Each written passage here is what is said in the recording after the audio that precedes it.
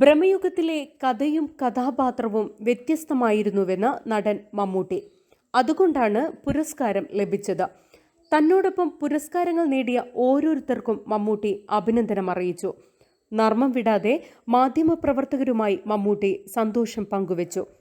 താനും പുതുതലമുറയിൽപ്പെട്ട നടനാണെന്ന് മമ്മൂട്ടി പറഞ്ഞു.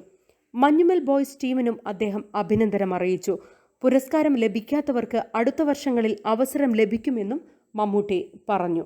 പുതുതലമുറയാണ് ഇത്തവണ അവാർഡ് മുഴുവൻ കൊണ്ടുപോയിരിക്കുന്നത്. ഞാനെന്താ പഴയതാണോ?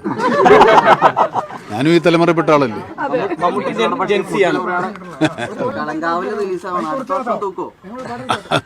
തൂക്കാൻ ഇതെന്താ വല്ല കട്ടിയാണ്. വൈവിധ്യമാർന്ന വേഷങ്ങൾ ചെയ്തിട്ടുള്ള ഒരാളാണ്.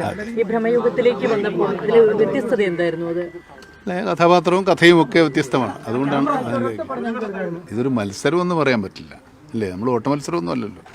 എൻ്റെ കൂടെ പുരസ്കാരങ്ങൾ നേടിയ എല്ലാവർക്കും, ഇപ്പം എൻ്റെ കോ ആക്ടേഴ്സ് അല്ലെങ്കിൽ ആസിഫിനും ടോവിനോയ്ക്കും കൺഗ്രാജുലേഷൻസ്. ഷംല ഹംസയ്ക്ക്, പിന്നെ നമ്മുടെ സിദ്ധാർത്ഥ് ഭരതൻ, അത് മഞ്ഞുമൽ ടീംസ് അല്ലേ. അതിന് ആക്ടർക്ക് അവാർഡ് ഉണ്ടോ? ആക്ടർക്ക് അവാർഡ് ഉണ്ട്.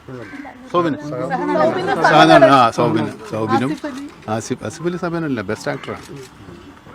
സൗബിനും എല്ലാവർക്കും, നമ്മുടെ പടത്തിന് റോണക്സിനുണ്ട്, മ്യൂസിക് ഡയറക്ടറുണ്ട്. അങ്ങനെ എല്ലാവർക്കും അഭിനന്ദനങ്ങൾ. അമൽ നീരദ് ടീമിന് അഭിനന്ദനങ്ങൾ, മഞ്ഞുമൽ ബോയ്സ് ടീമിന് അഭിനന്ദനങ്ങൾ. എല്ലാവർക്കും അവാർഡ് കിട്ടിയവർക്ക് എല്ലാവർക്കും അഭിനന്ദനങ്ങൾ. കിട്ടാത്തവർ അടുത്ത പ്രാവശ്യം കിട്ടും.